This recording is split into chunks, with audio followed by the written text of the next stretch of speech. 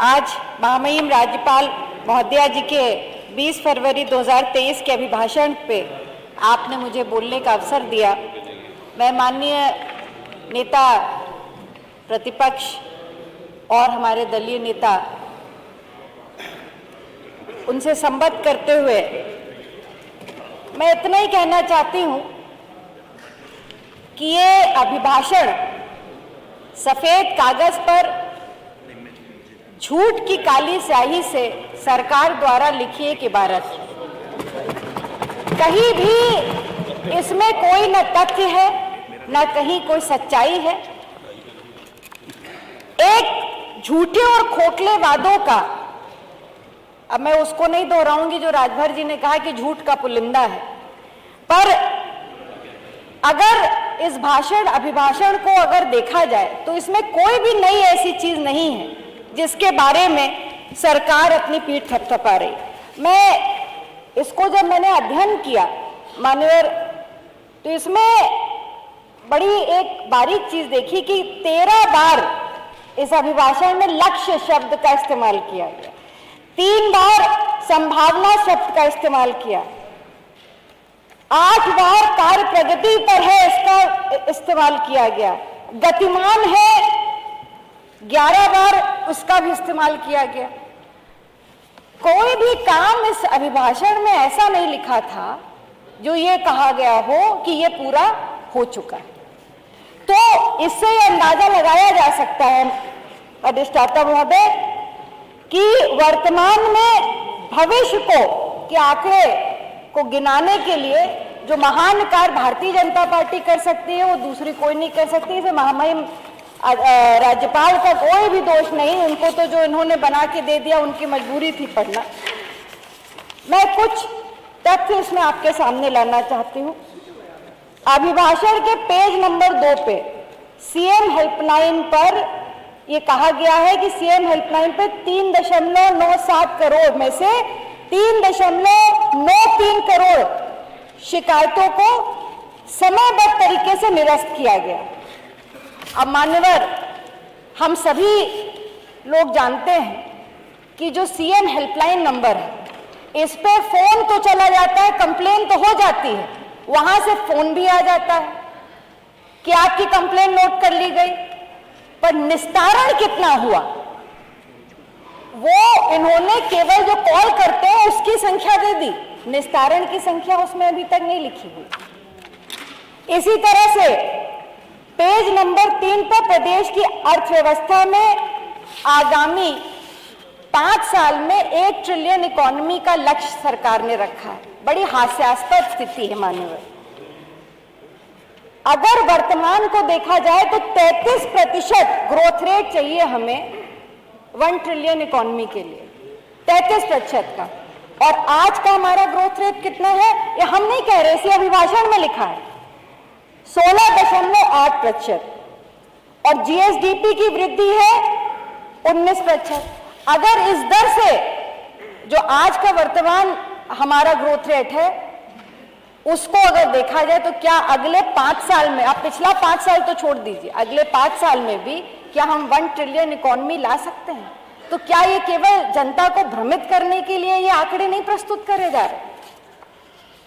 Investor summit हुआ, पूरे प्रदेश को छोड़ दीजिए पूरी दुनिया में डंका पीटा गया। हमारे बहुत सारे साथी विदेश में गए और वहां से इन्होंने कहा कि निवेश आएगा। पूरे उत्तर प्रदेश में भी बहुत सारे जिलों में रोड शोज किए गए कि वहां पे इन्वेस्टमेंट आने वाला है, इन्वेस्टमेंट आने वाला है। यही पिछले 5 साल में भी हुआ।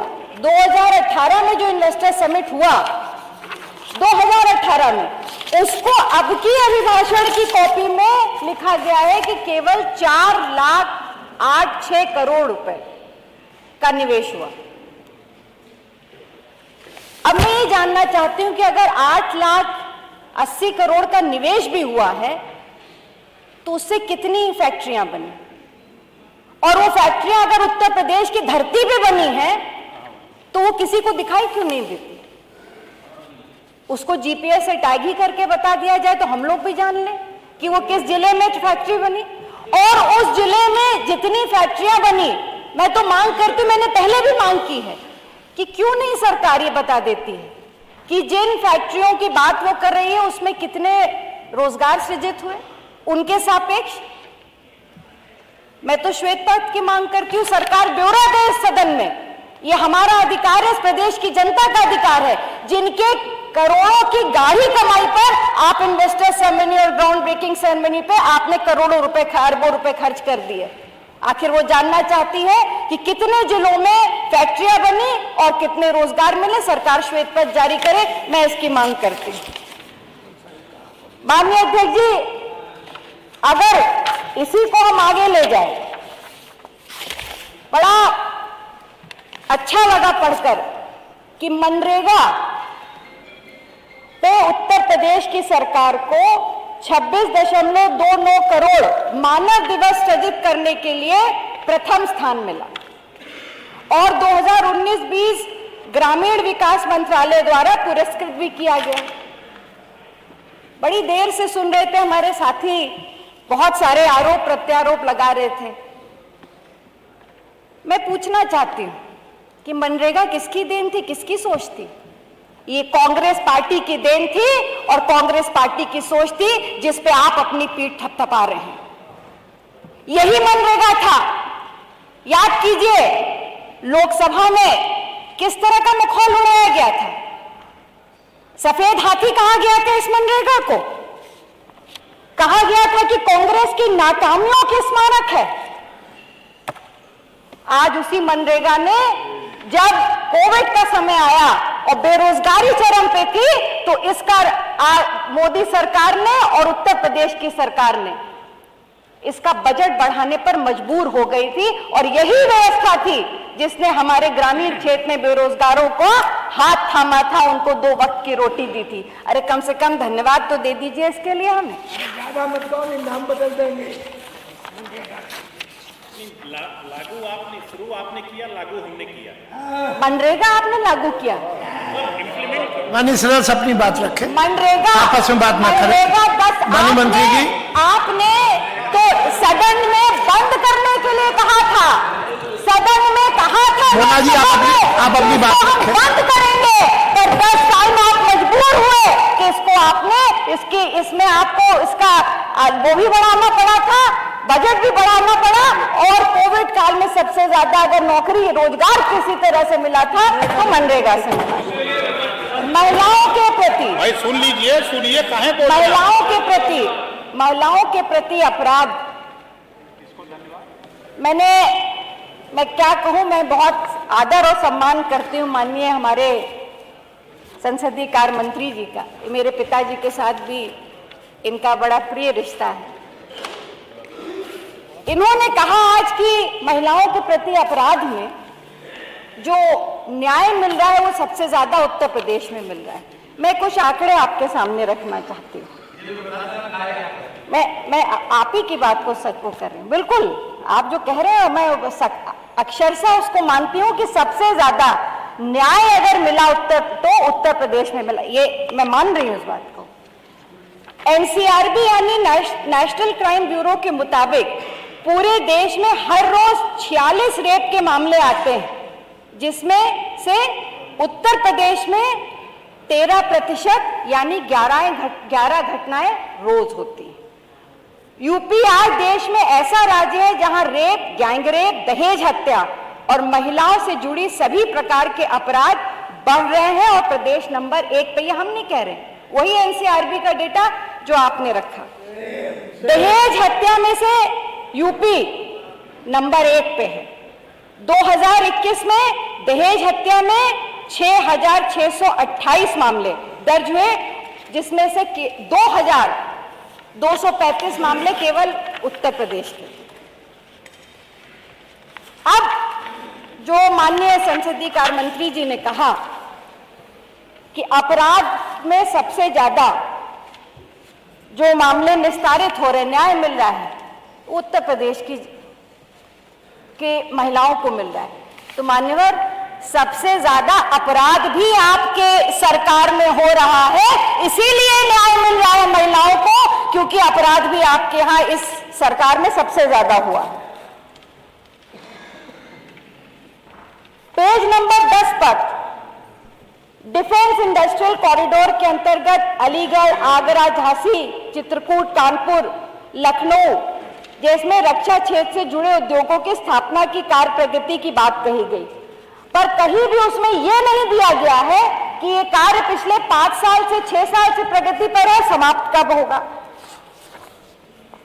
2011 की जनगणना के आधार पर 100 से अधिक आबादी के समस्त राजस्व गांवों की बसावटों को जोड़ने की बात कही गई, पर यह बताना सरकार भूल गई कि जो इसके पहले 250 की आबादी की बसावटें ली थी सरकार ने, उसमें कितने प्रतिशतों को सड़क से जोड़ा जा चुका, और जो छूटी हुई हैं क्या सरकार उनको जोड़ेगी?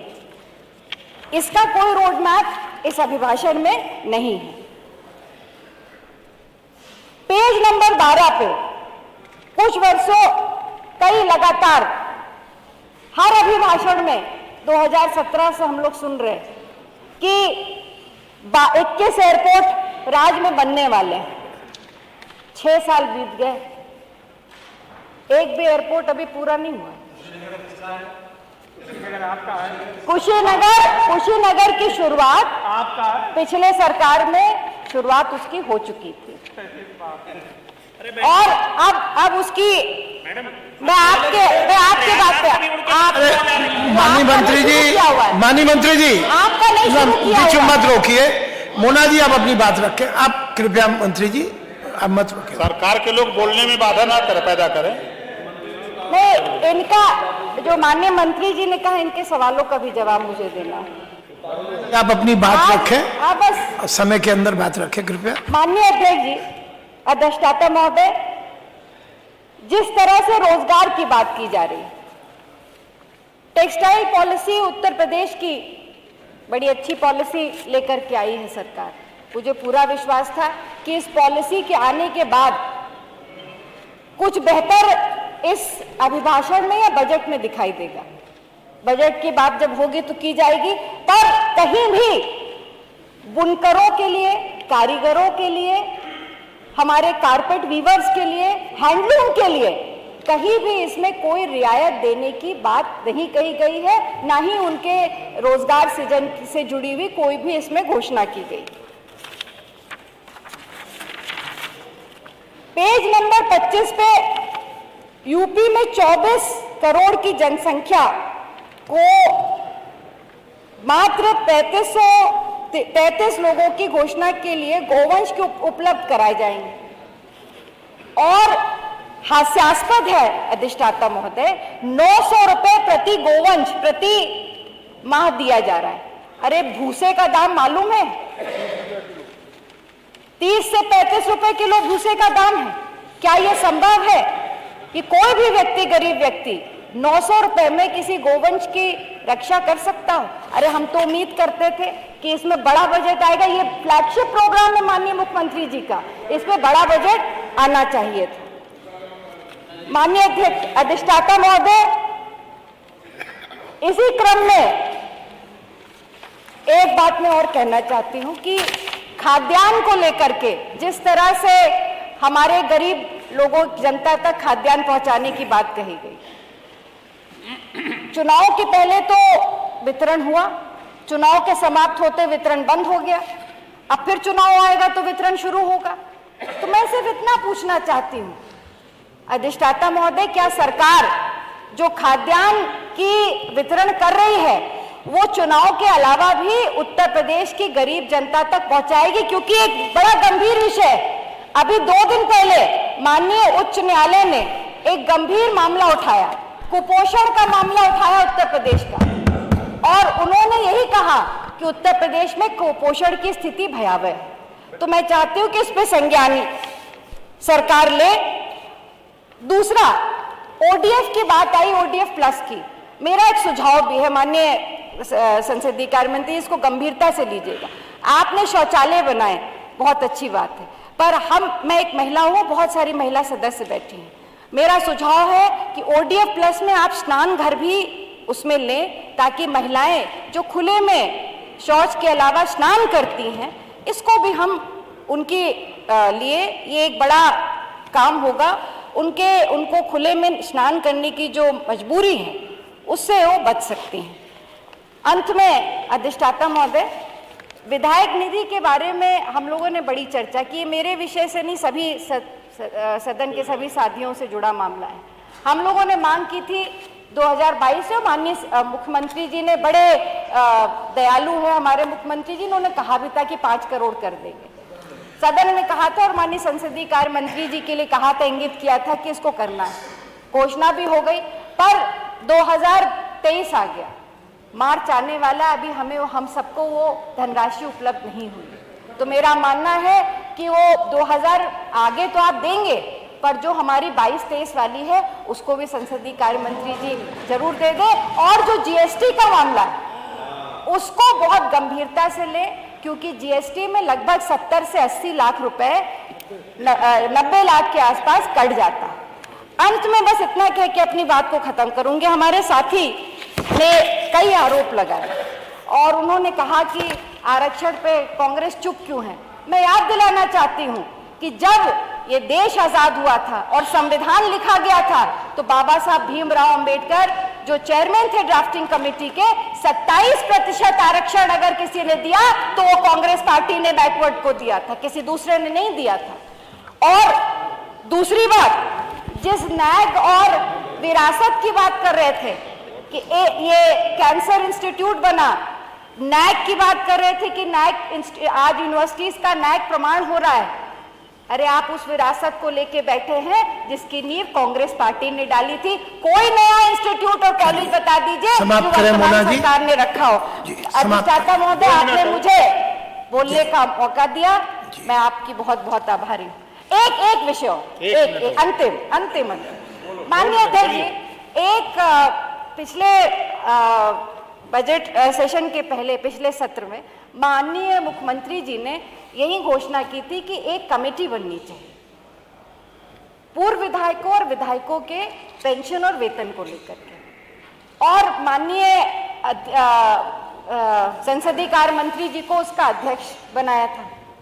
तो मैं निवेदन करूंगी कि वो कोविड आ गया था, वो क्रियाशील नहीं है कमेटी, उसको फिर से पुनः, हम सबका अनुरोध है कि उसको, उस कमेटी को आपकी अध्यक्षता में, हम सब लोगों को आप पे बहुत विश्वास है, आप हम लोग की धारणा को भी समझते हैं, मजबूरियों को भी समझते हैं और इस महंगाई को भी समझते हैं। इसको देखते हुए आप इस कमेटी को पुनर्जीवित करें और इस कमेटी की सभी के जो सुझाव है वो लेकर के माननीय मुख्यमंत्री जी को, सरकार को अवगत कराएं। बहुत बहुत धन्यवाद अधिष्ठाता।